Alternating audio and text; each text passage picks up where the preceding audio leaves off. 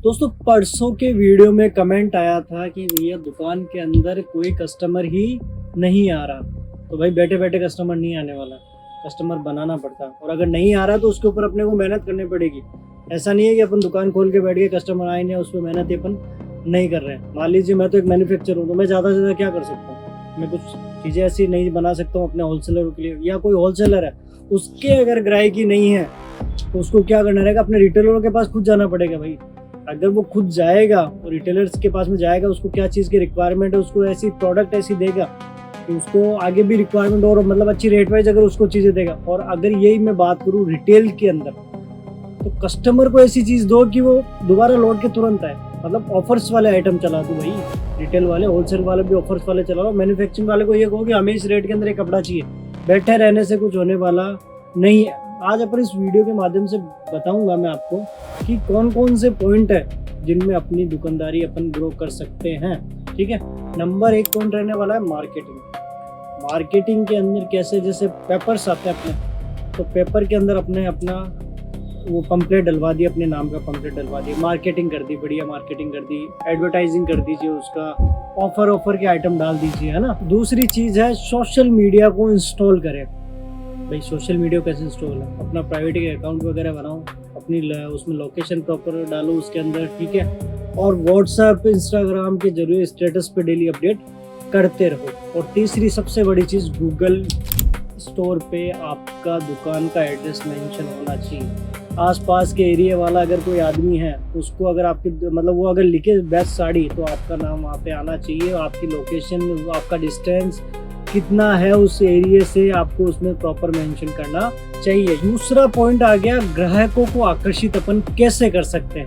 भाई ग्राहकों को आकर्षित करने के लिए क्या चाहिए होती है, सबसे पहले बेस्ट प्रोडक्ट तो उसके अंदर चाहिए होता है अपने को। दूसरी सबसे बड़ी चीज डिस्प्ले भी अपनी की ऐसी होनी चाहिए। और तीसरी सबसे बड़ी चीज स्पेशल ऑफर। ठीक है, तो क्या करना है अपने को, कस्टमर को आकर्षित करने के लिए अपनी दुकान का डिस्प्ले अपने को ऐसा रखना है कि 300 वाली चीज भी अपने को 3000 में जैसी लगे, ठीक है ना।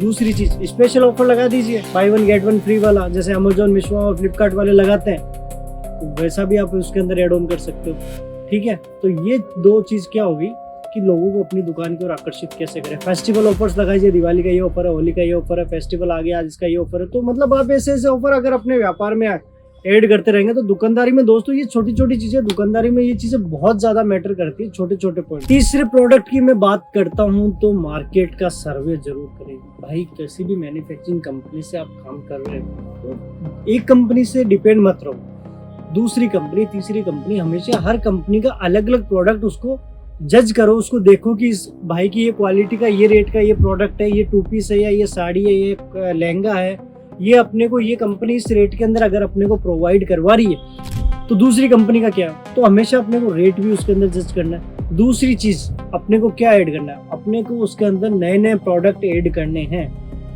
जैसे आपकी कोई मैन्युफैक्चरिंग कंपनी से आप काम करते हो, उसको बोलो भाई मेरे को ये रेट के अंदर ये प्रोडक्ट नए नए बना के दे, तो वो आपको बना के देगा। तो उस पर भी आपकी दुकानदारी का बहुत ज़्यादा फर्क पड़ेगा। और तीसरी चीज़, प्राइसिंग। देखो दोस्तों, कस्टमर का ट्रस्ट अपन कहाँ जीत सकते हैं, प्राइसिंग के मामले में। प्रॉपर उसके अंदर मेंशन करके रखो। बार्गेनिंग का सिस्टम उसमें से बिल्कुल हटा दो। रिटेल का काम ऐसा है जहाँ पे बार्गेनिंग हुए बिना नहीं रहती, लेकिन जहाँ पे अगर आप फिक्स रेट रखते हो, मैं दावा देता हूँ आपको सबसे ज़्यादा सेल उसी दुकान की आती है। क्यों? कस्टमर के माइंड में क्या चीज़ चलती है, उनके माइंड में ये चीज़ चलती है कि इसका फिक्स रेट है, ये अपने लिए भी फिक्स रेट है, दूसरे पड़ोसी के लिए फिक्स रेट है और तीसरे आदमी के लिए भी फिक्स रेट है। तो उसमें एक मेंटेलिटी ऐसी आ जाती है इंसान की कि यार यहाँ पे फिक्स रेट है, यहाँ पे जो प्रोडक्ट है वो अपने को एकदम वैल्यूबल और रिजनेबल प्राइस के अंदर मिलने वाला है। मान लीजिए आपने 1000 रुपए की चीज ली और दुकानदार ने 500 में आपको दे दी, तो आपके माइंड में रहेगा यार ये तो 200 वाली चीज थी, अपन ने कम नहीं करवाया। तो इस चीज का आपको विशेष तौर से आपको ध्यान रखना है। दुकानदारी में ये नियम भी बहुत ज्यादा इंपॉर्टेंट है दोस्तों। 5वीं सबसे बड़ी चीज रहने वाली है दोस्तों, समय।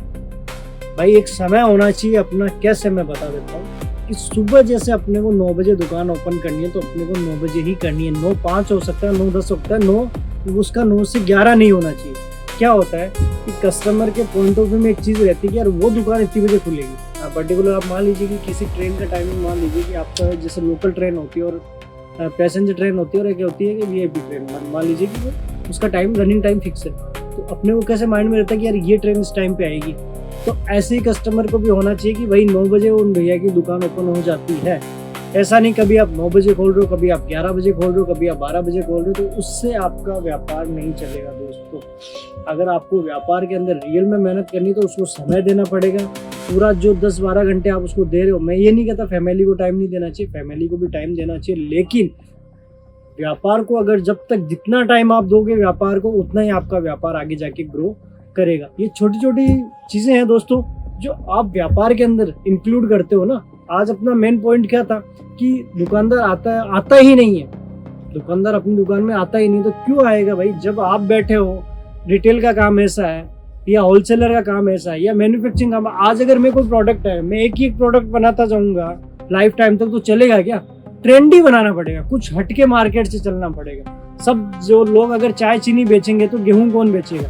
सब लोग दूध बेचेंगे तो फिर चीनी कौन बेचेगा? तो ये सब चीजें ट्रेंड के हिसाब से अपने को चलना चाहिए दोस्तों। लोग मतलब दुकानदार को क्या सोचना चाहिए कि कस्टमर के मन के अंदर क्या चल रहा है, क्या ट्रेंडी कलेक्शन चल रहा है। रिटेल वाला हो उसको भी मार्केट सर्वे करना चाहिए वीक में 2 बार कि पड़ोसी के पास में क्या आइटम है और कस्टमर के उसके पास में ज्यादा भीड़ क्यों, मेरे पास में क्यों नहीं, क्योंकि वो भाई वो ट्रेंड बेच रहा है, वो अपने इंस्टाग्राम अकाउंट को मेंटेन रख रहा है, वो ट्विटर को मेंटेन रख रहा है, वो हर एक चीज है, हर एक सोशल मीडिया प्लेटफॉर्म पे वो एक्टिव है अपनी चीज को लेके, अपने प्रोडक्ट को लेके, है ना, और गारंटी के साथ बेचता है। तो ये चीजें आपको भी अपने प्रोडक्ट के अंदर ऐड करनी पड़ेगी दोस्तों। अगर ये छोटी छोटी चीजों का अगर आप व्यापार के अंदर ध्यान रखते हो तो आपकी दुकानदारी में 110% ग्रो होगा।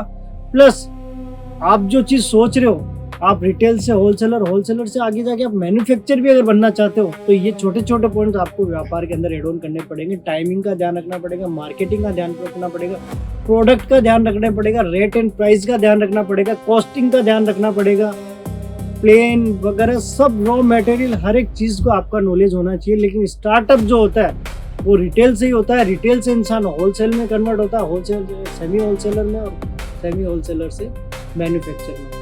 और एक टाइम ऐसा आता है अगर कंटिन्यू अगर अपन इस चीज पे मेहनत करते हैं तो दोस्तों कोई भी कुछ भी चीज करना आसान नहीं है। मेहनत हर चीज लगती है, और मेहनत जिस भी काम में आप करोगे ना, सफलता आपको एक दिन जरूर मिलेगी। वो एक लाइन है ना, इस मेहनत सफलता की कुंजी है। तो इसी चीज को अपने को ध्यान में रखना है और अपनी दुकानदारी में उसको एड ऑन करना है। ऐसे यूं अपना प्यार बना के रखिए। राधे राधे। मैं धीरज भाई, डिजाइनर फैशन हब से आपके लिए रोज नई नई वीडियो लाता रहूंगा। बहुत बहुत धन्यवाद।